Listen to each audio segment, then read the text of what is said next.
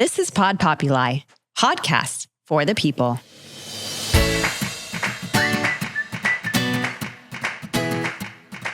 Hi, and welcome to Swedes on the Loose. Oh, God, you sound so professional. Hi, Sandra. Do you want me to try it again? A little bit less professional? No, I like it. Okay. It's giving us a very professional vibe today. Hello and welcome. Do you remember those radio shows when they had like at midnight and it was the sensual voice, the guy you could call in and tell the right, exactly. Yeah. Exactly. That's what you sounded like. Maybe that's not professional. Maybe that's sensual. Maybe that's what it is. We're not that kind of podcast. If you're looking not yet. If you're looking for that kind of podcast, we're not that. We're not that. Podcast. We're not that. Hi, Sandra. How are you? I'm good. How are you, Christina? Good. I feel like I haven't seen you. Like I haven't seen you since before. Well, actually, since Sweden, I haven't seen you. I know. I saw you in Sweden, meaning like this, but then I haven't seen you since. So it's good to see your face. It's good to be seen. And yeah. It's good to see your lovely face and your amazing background. I know. I decided to sit outside today. For the listener, Christina is sitting with glorious trees in the background and a mountain. What mountain is that? Oh, God. Oh, never mind. National Forest. It's the national Target. No, not Target. It's Target. It's no. It's called Target. But no, this is part of the. Gosh, this is bad. I should know this. I honestly don't know. We live by the Tetons. But Tetons are more up in Jackson. Yeah, but that's more up in Jackson. So I need to find out what the actually is. Because they don't really call this behind me a mountain. They call this a hill. Oh. because it's smaller. Yeah. But it's Strawberry Creek. It's Strawberry Creek Mountain, maybe, because we live on Strawberry Creek, which is a creek that passes our house. Yeah. I need that. It's a to-do list for me for next time to know exactly what hill or what mountain this is behind me. So you put me on the spot there. I don't know. Sorry, I didn't mean to. No, it's okay. It's good to keep me on my toes. Keeps me alive. And it's not easy to keep you on your toes because you're pretty much you have an answer for just about everything. So that sounds horrible. My mission here is complete. No, in a good way. Okay, good. In a resourceful, very knowledgeable way. So I feel like my mission here is complete. I threw you off, and that's a wrap, everybody. We're done. Episode over. We had episode nothing. over. We have nothing, right? Yeah. So we talked a little bit about. First of all, I would love to can you give me a quick recap of Sweden? How did it feel to be home? How was it? It was glorious. It was very fun because for those of you listening who didn't know, I went with my son only.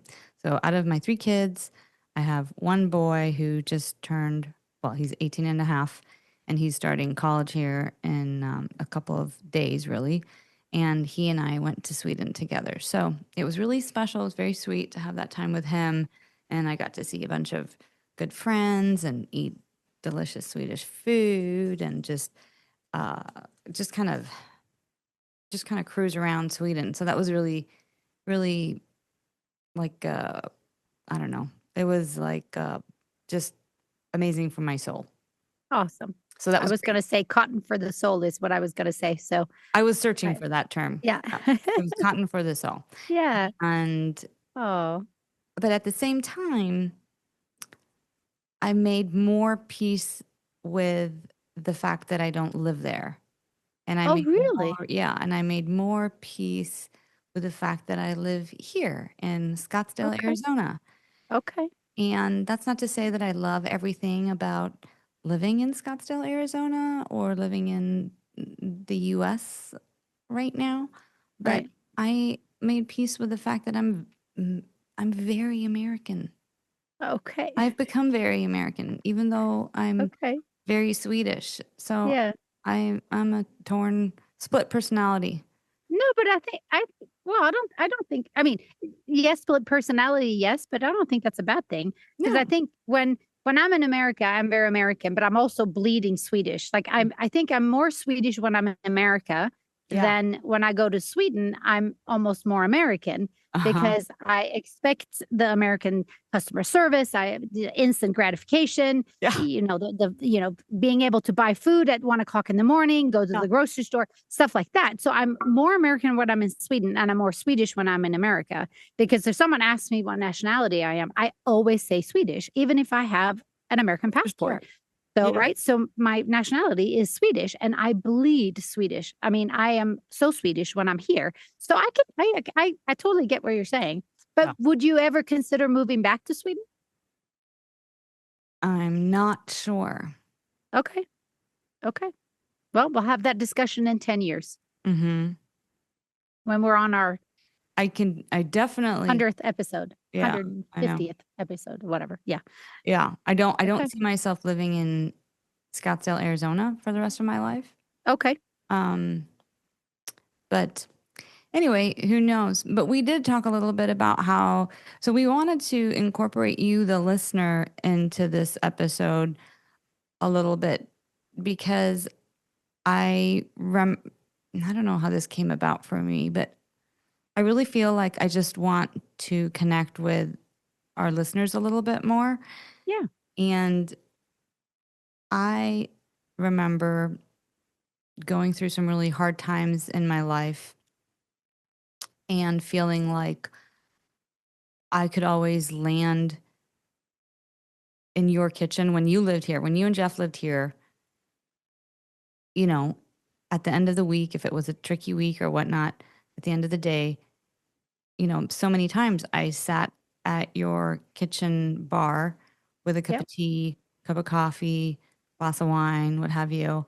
And we just kind of debriefed and chatted. And you were kind of like I don't know, you were just that sounding board for me to listen and chat and give input. And I needed it so much. And I still appreciate it so much. And I love it so much, especially as a single parent.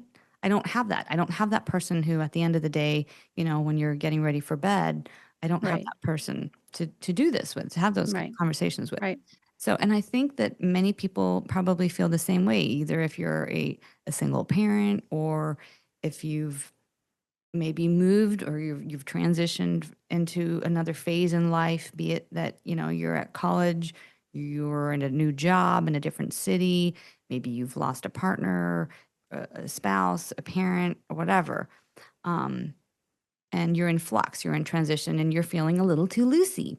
And so I just really know how much I appreciate feeling grounded by you and Jeff with these conversations that we have. And I wanted to draw our listeners into that because I want this to be a two-way street or a three-way street or what have you, where we can. Or seven-way street because we have 7 listeners. We have more, actually. We do? Have you looked lately? I haven't looked in a little bit. I'll take a look at it. Yeah. But that'd be awesome.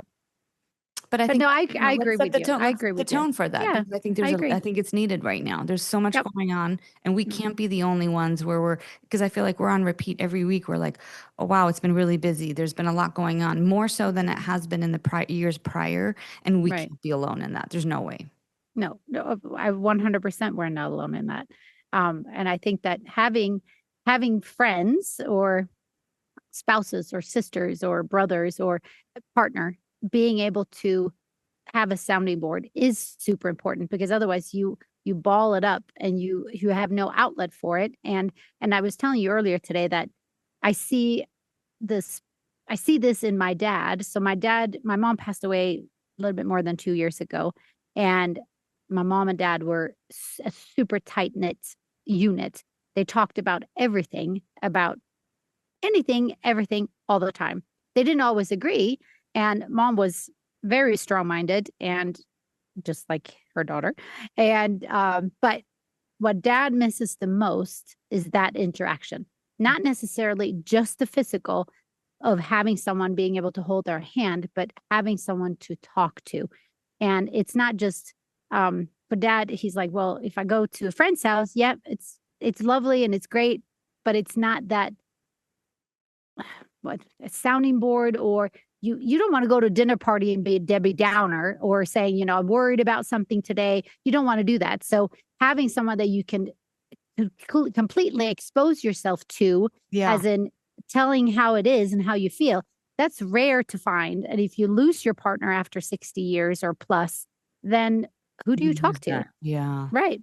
So I'm very fortunate that my dad has adapted to the point where, because dad, long story, when mom was alive, I would talk to mom 2, 3 times a day. Yep. And every time I would call and mom wasn't close to her phone, dad would pick up the phone and he would say, "Hi, it's dad. Here's mom." And he would just hand the phone over to mom.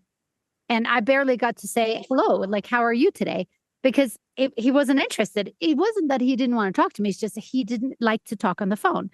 So now that mom is gone, I have trained him to look forward to it and to actually being able to open up and tell me how he's feeling. Because he was also worried if I ask him, "How are you today?" And he says, "I have a shit day," that I get worried. Mm-hmm. But we've come to a point where he's comfortable telling me I'm having a shit day today. And then we talk about it. So I can totally understand that having a sounding board is super important, especially with everything that's going on today. And I read a report that AI, people are using AI as partners. I know. I've heard That this too. scares me. But I let me mean, just back up for a second. So when your dad, when he tells you that he's having a really bad day, do you listen? Obviously, you yes. listen. Do you Yep. also try and fix it, or are you just Um, listening? well, I try to guide him because he's 86. When you're 86, you're allowed to make your own decision and you are in charge of your own life, right? I mean, even at 55, you really are in charge of your own life. I just try to give him my perspective. I don't try to tell him what to do because if I do that, he will Yeah. do completely opposite. He will shut down Yeah. because you don't want to be told what to Nobody do. wants to be told what to do. Exactly. So I just try to tell him, I try to put myself in his shoes and say, well, really, the only one who can fix your situation is you, meaning dad, and that he's in charge of his own mental state. I Mhm. can support him and I can talk to him and I can guide him, but he is the one who makes the decision Yeah. about his mental state. So I listen a lot and then I try to guide him with the intention of trying to make him, and he knows as Just give soon him as ideas. he is, Yeah.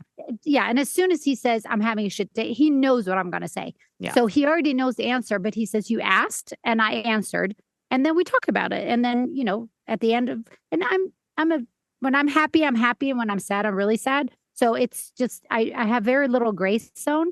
So after talking to dad, I usually I'm able to pick him up a few notches so that he is not as, we call it being blue in our family. We're having a blue day. Yeah. And so instead of being blue, maybe he's light blue, or maybe he's, magenta or whatever, a different color. But at the end of the phone call, I usually able to pick him up a little bit more so that he doesn't have such a blue day.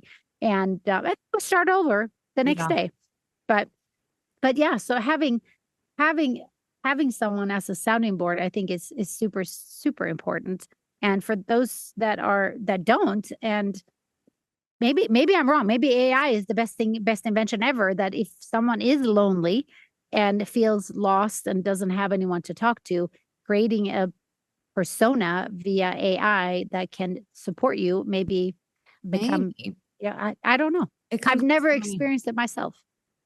No, I haven't either. I mean, and I suppose if they, if it's like having a therapist on hand, Right. that would be good. Yeah. But it does beg questions there. I mean, there are so many questions around that. Like, okay, well, can you trust what AI will say? What if Right. somebody in a position who isn't necessarily seeing things, who isn't necessarily mentally stable, uses AI and gets maybe a little bit of a skewed or an inaccurate um, response? Guidance. Yeah. Yeah, then Yeah. how bad can that go? I don't know. Mm-hmm.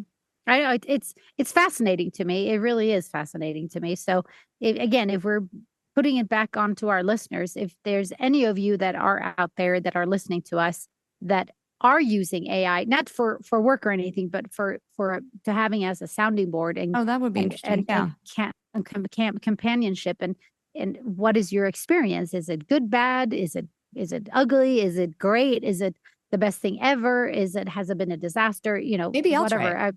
Yeah.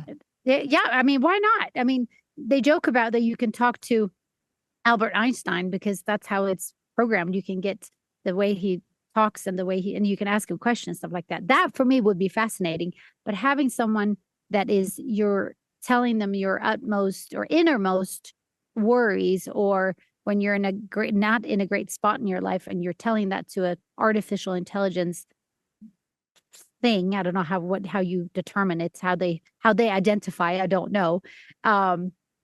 How does that work? I don't. So that will be your task. My task is to find out what my mountain is behind me, and your task is to find an AI that can be your sounding board. But yeah, and if you have experience in this field, feel free to write in. Right. Um, And again, we had guests. We've had 2 guests so far, and we would love to continue having guests on with things that we are learning about and that we are wanting to find more out. I can't speak today. Find out more about. Then, so if there is any of you that are listening that know about AI and know about how you can utilize this for the better, again, not when it comes to work or school, but when it comes to a personal relationship or having it as a sounding board, please let us know. We don't have an email set up for Swedes on the Loose yet, but Oh, okay. Well, that's easy. We can just do sweetsontheloose@gmail.com or something. That shouldn't be too hard. I'm wondering if we should have people write in there, or if we should just, go to social media. We're on Instagram, either way, Facebook right now. Yep. But I would love to hear from listeners kind of what are some of the struggles that, what's the record that's on repeat in your head right now? What's going around and around that you're just not talking to somebody else about, or it keeps coming up? So if you feel like so what's your record? What's my broken record? If you want to share, you don't have to. Well, I think I have some work stuff that's on, rinse repeat, and then I have some family health, not health. Well, yeah, I suppose family health stuff. Yeah. Because for me, I just feel like, okay, I had this back issue, this diagnosis that I got in the spring with mild degenerative disc disease that I got to find a PT for. I got to go do that. And I want to reduce inflammation in my body, less sugar. And I've also given up alcohol for a year. So sugar and alcohol for a year. When did that happen? Maybe when 10 did the whole days alcohol ago. thing? Maybe 10 How days many? ago. Oh, okay. So we're on day 10. Okay. Yeah. And I'm not like, that's awesome. I'm not counting it, but I'm thinking this is something that I want to do for the next year because I really want to see how I can support my own health, right? And reduce inflammation in the body and start building up muscle around the spine and blah, blah, blah. Really boring stuff. But that's the health. No, I don't think it's boring. As we get older, the first thing that goes is balance and strength. So I don't think that's boring at all. Well, and I think it's great. Yeah, exactly. And I see. But you are, I mean, Sandra, if you are, in my opinion, you are the yoga queen. I mean, you truly are. You are so freaking fit. Your arms and your legs are amazing. I mean, you're so sweet. No, seriously. I envy your arms and your legs. Seriously. Oh my gosh. Thank you. Yeah. Seriously. So you're ahead of the game. I was just telling my son though this morning that I'm starting to feel like physically I'm starting to deteriorate. And I don't like that. So I want in the next year, I want to hit 51 and be able to say, I feel stronger now than I ever have before, all those things. So with that, you have to put in the effort and you have to put in the work. So that's kind of what I'm doing right now. And, like you said about balance, I've seen that. So my mom fell last week and ended up with 2 fractures in her spine. Ouch. And so that's a long recovery. Yeah. And it's difficult to watch. And it's just a reality, right? It's hard to age. So Oh, those are that's some of the great. broken records that are happening there. Right. I have a kiddo who's going off to college who I'm settling into the dorms this weekend. That's exciting though. It's super exciting. Yeah, and if you would have asked me 5 years ago or even, well, 5 years ago, 7 years ago, if Charlie was gonna go to college, sorry, Charlie, I did not think you were gonna go to college. Uh, But I think I'm more excited about Charlie going to college than you are, because I think this is huge for Charlie to go. I think it's amazing. He really has turned a corner and has, he really has. stepped up to the plate and became the young man he is today. I mean, He truly. he really is a remarkable Yeah. young man. Yes. He's so fun to talk to, and Awesome. he's just really opinionated and really smart and very empathetic. And yeah, he's fantastic. So we've had a blast. Like we went to Target, like a major Target run the other Wow. day to get him, the foundational stuff that you need in a dorm. And I keep Yeah. adding things to the checklist, and he's so sweet. He's like, Mom, like you're not like we're not super far. I can always add on, like Oh, oh, it's not like we don't have to have this set up from day one because you're literally down the street because he's going to ASU, which is in Arizona. So he's yeah. got a point there. So I told him, like, okay, I guess I need to take a chill pill. Oh, but you're Not kind of easy. like, it's like you're nesting almost. It's cute. I Yeah. like it. I Yeah. like it. Yeah. But That's they're going to have awesome. fun. No, so fun. Yeah. It's just been it's so sweet to watch. Like his friend group now has officially kind of quote unquote broken up. They had their last Okay. hangout, their last, Okay. kids are moving across country in Yep. different directions, and Yep. and so he keeps coming back home after somebody's left with he's all distraught. He's like, "Oh my God, I just Mm, hung out with so and so for the last time and now he's mm, on his way off." And right. Okay. So to that point, yeah. it would be interesting to see a point of view of an 18-year-old going off to college with knowing no one versus Mhm. a 50 or 60 or 70-year-old person losing a spouse, partner, Mhm. sister, brother. How do we 'cause how do we tackle it being 18 versus being in our 50s, 60s, or 70s? That's a That great would be question. very interesting. So I just listened to an episode of Mel Robbins podcast where I think I've mentioned her before. I'm sure Is I it it have. let them? Yes, the let them Okay. theory. Let them Okay. and let me. Yep. Yes. So Okay. she recently did a podcast or an episode on how the 20s is actually really difficult. It's probably the most difficult decade of your life just because Really? yes, because everything's in flux. You don't have anything that's kind of settled. Um, and especially right now, that's at least what she was saying. And it's a worthwhile listen. So Okay. if you know anybody in their 20s, or if you are in your 20s and you want to kind of tune into what that's like, she offers a really good episode. But Okay. you're right. How does that relate and how does that Yeah. differ to Because people? you left, I mean, you've moved countries, I don't know how many times. Yeah. You've started new schools, new cities, new places. And it was like, as far as Hmm. I understand, it wasn't traumatic to you. Right. No. Well, and I think it's different for everybody. People are just Right. different. Like my 15-year-old daughter was telling me just the other day that she actually likes being new in a school. Okay. She I can likes, see she's so weird. I yeah, love your daughter. I know. And I shouldn't say weird. Weird is the wrong word. Your No, daughter is so unique and in the way she acts and the way she thinks, which is she's so unique she's a unicorn, your daughter, yeah, Viv. I mean, she yeah. really truly is. She She truly is. she is, and I kind of related to it. I was surprised that she said that, but that's how I felt because that's how what I knew. That's what I've Right. known growing up. I Yep. know how to land in a new place, Yep. and you do the improvise, adapt, and overcome. You just Yep. always you watch when you land Right. somewhere. First, you observe. Mm-hmm. And she and I started talking about how it's interesting that each friend group has the archetypes are all the same. Uh-huh. Like each friend group, it's almost like you're recruiting and filling roles. And it doesn't matter what city you're in, Yep. what school you're in, it's all Yep. kind of the same. And I think That's I funny. just thought it was really valid. She has a point. And Yeah, it's for probably sure. very similar at our age too. I mean, I can see, because when I left Sweden when I was 18 the first time, I didn't know, I knew one person, which was Bruce, my godfather.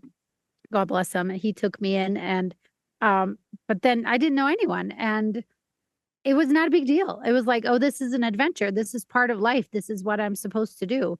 And then moving from Santa Barbara to Phoenix, we didn't know anyone. Well, actually, that's not true. We knew Jeff's best friend, Kobe. They were there, but it wasn't like we were hanging out with them every day. So then I started a new job and met new people, and that wasn't a big deal. And then you have the dogs. The dogs probably help you socialize. For sure. Well, we didn't get dogs until we came to Phoenix. Oh, I didn't. Yeah, we got dogs. Yeah, we got our English Mastiffs when we first moved to Phoenix. But and then moving from Phoenix to Bedford to Wyoming, we didn't know a single soul here besides the people that I work for. But they're my bosses, so it's not like we hang out with them on a daily basis. But now that, we've been here for a little bit more than a year and a half, and it's funny because we had dinner with my dear friend Michael, my 84-year-old. I was wondering who you were having dinner with last night. Yeah, okay. My darling veterinarian. I just love him. He's just okay. He's So like give us a recap again of who he is. So Michael I met through a mutual friend who sadly passed away. Terry was her name. I was going to buy Terry's horse, and she passed away in February. And Michael, who's 84 from Maryland, he is in the same neighborhood as Terry. So we met Michael I met Michael for the second time at Terry's celebration of life back in June. And he's like, oh, the horses, come and see my horses, come and see my chickens, come and meet my dogs. And I'm like, oh, I'm in.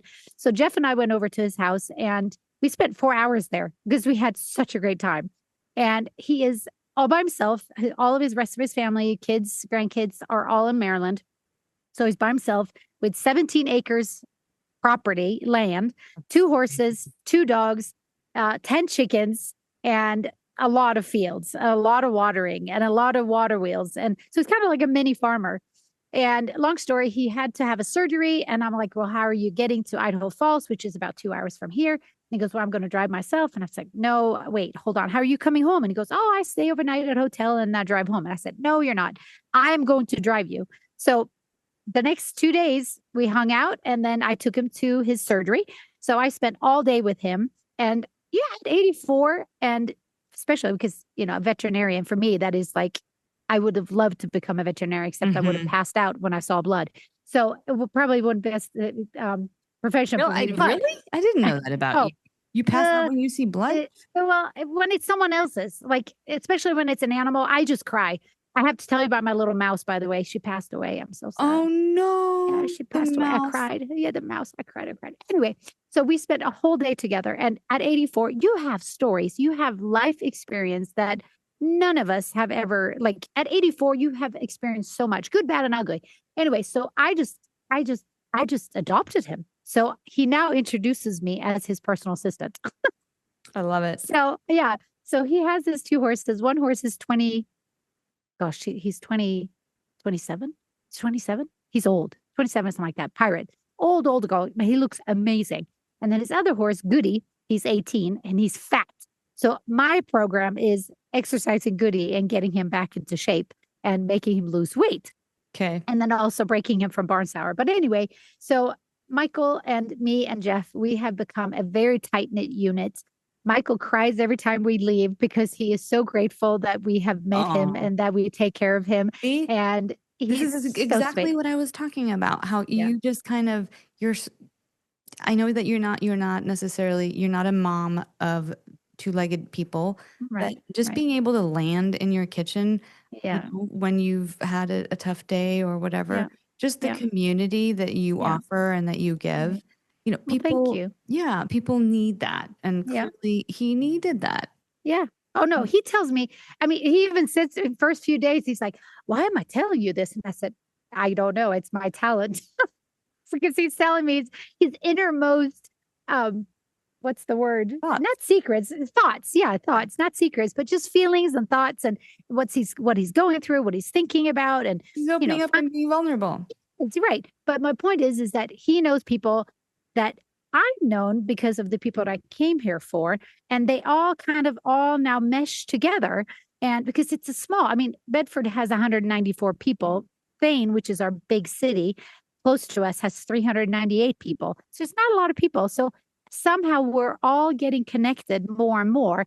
So I said to Jeff when we were driving home last night, I said, I feel like our network is growing because of one person there, and then they're connected in the middle, and we are stuck there, and not stuck, but we ended up in the middle. So it's like a web that we're all, yeah, and it's lovely. So again, going back to they're your victim. changing You're the spider. You're so funny. Black Widow. Yeah. But no, so it's just it just goes back to I have never had the feeling of I'm overwhelmed by moving cities, moving countries, moving towns, because I know I will find my tribe. I will find my people. Yeah. And it's because of who you are, who you put yourself out to the world, who you are, that is what you attract, right? Yeah. So, and again, being 55, you can choose who your friends are.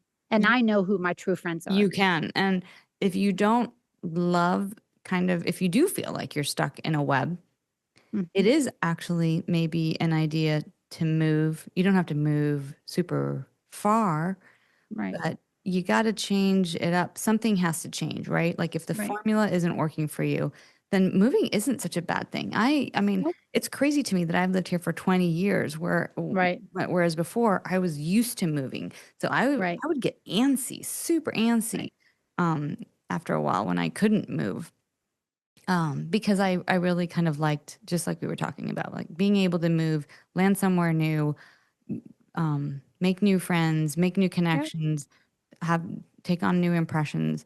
But over time now there is a part of me that's like, oh gosh, moving would entail so much work in terms of the logistics, the administration, setting everybody up for success. I would also have to take into account probably my daughter Mia, and I would love to set her up in the best possible way, and that takes time. So it's a little bit different now moving, for sure. So it is good if you're in your earlier years and you have less responsibility in terms of who you're taking care of. I think it's a fantastic idea to move around a little bit. Why not? 100%. Yeah. Oh, it's opportunity. I mean, and again, going back to looking at Europeans, I would say 90% or 99% maybe of Europeans have a passport.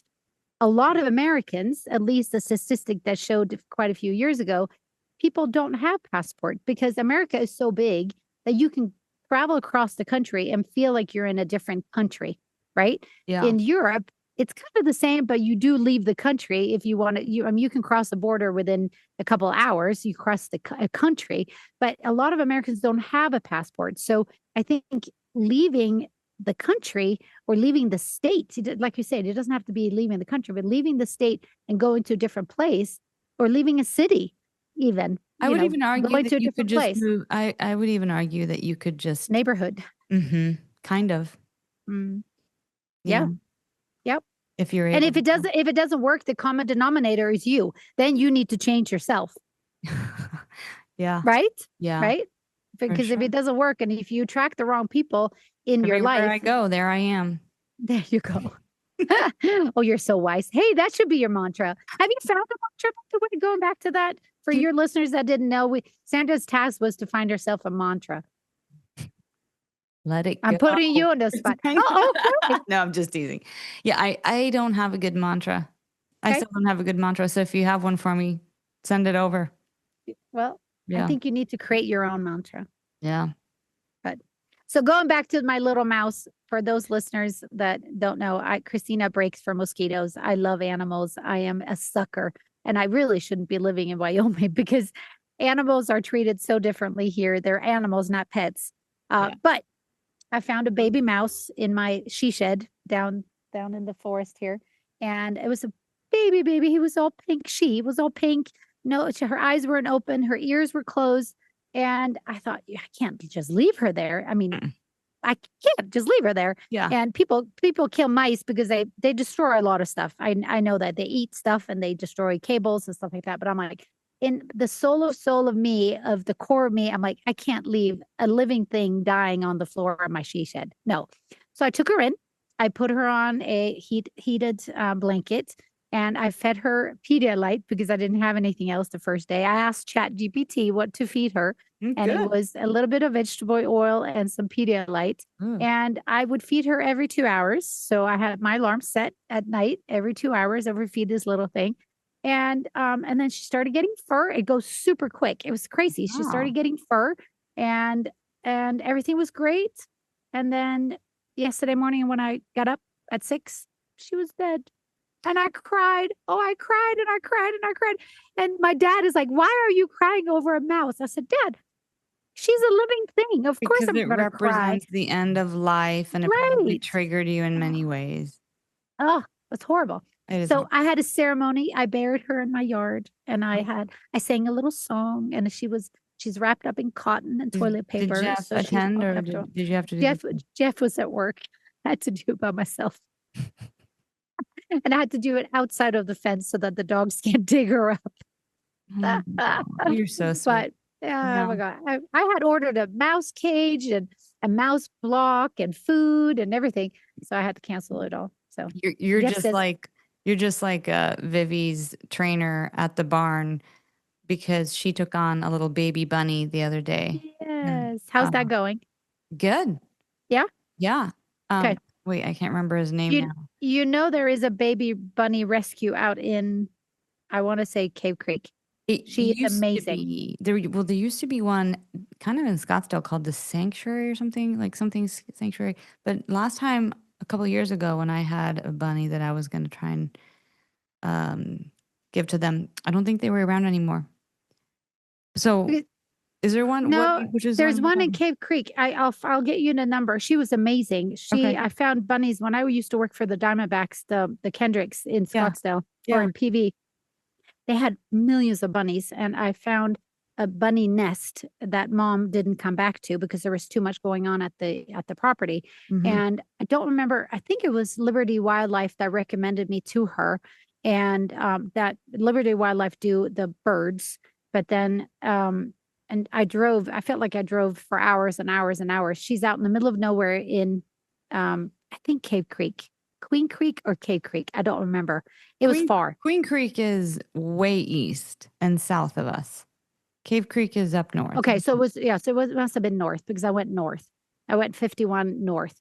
But I'll get you her information. She was amazing. And I Okay. just gave her a small donation just as But a thank you. I mean, Abby's just taken this little. I can't remember his name now. She actually named it. That's yes, awesome. he's that's Love it. he's home. Yeah, That's awesome. so as That long as is he so survives, awesome. he's Yep. home. Yeah, It's hard. They are very so the lady that did the bunny rescue, she's like, if you don't know what you're doing, it's really, really, really hard to keep a baby bunny alive. Well, if anybody can do it, Abby can. I have no doubt. Awesome. So That's awesome. we'll see how she Got does. it. But Good. Keep us posted. I will. Yeah. Yeah. And So I have PTSD of going into my she shed now because I'm afraid I'm going to find another baby mouse. Because if there's one, there's probably many more. God. Yeah. But hopefully they are with their mom so they can survive and eat my furniture, and that's okay. Oh my God. That's hysterical. I'm a sucker. I'm a sucker for animals. But So it's should we wrap this up with a quick high and a low? I'd like to kind of start that tradition. What do you think about that? Absolutely. You start. Okay. Let's do it. I'm going to do a It's funny because when you first said hi and hello, I was like, hi and hello. I was like, what are we saying hi and hello? You're saying hi and hi, low. hello. Hi, hello. Sorry. So I'm going to start on a low so I can end on a high, and I'll do. Oh, good. A low was having to see my mom in pain in rehab. That was kind of like the low of the week, and I guess the high is, so there's so much dichotomy always, right? There's always so much going on, good and bad at the same time. High is watching my son spread his wings and kind of go out into the world and just know that he's ready for it. And also Mia, she had her first day yesterday at the Heart Center, which is this amazing space for youth, teenagers who of various abilities or disabilities, however you want to put it. Okay. And they have a little horse program there.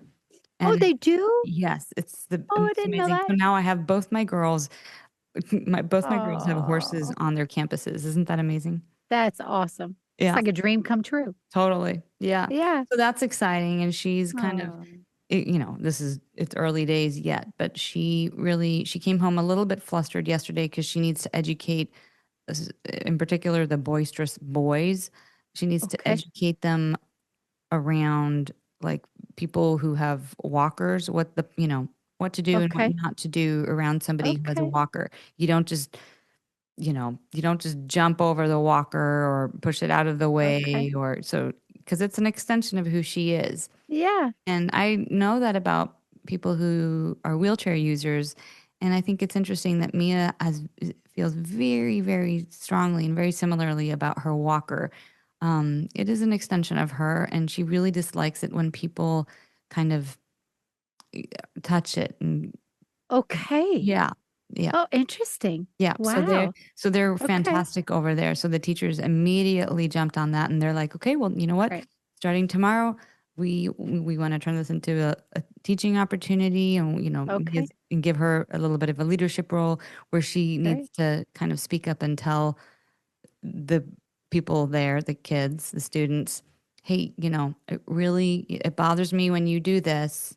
I would Okay. be grateful if you didn't," kind of thing. Wow. Yeah. Good for her for stepping up. That's amazing. Yes, exactly. Yeah. Yeah. That's a lesson right there. That's amazing. That is a win. Yes, That's a high. that is a high. Yeah. And So, Charlie going to college. That's definitely a high. mm, let's not make it too high, shall we? Exactly. Yeah. Exactly. Well, Yeah. so, and for me, well, you're going to hate me because really the only low I've had this week is, if we're talking just week, is my mouse dying. I know that's pathetic, but that's my low. It was so sad. It was so sad. And my high is just living here in Wyoming. I am in the right place at the right time. I'm surrounded with the people that I'm supposed to be surrounded with.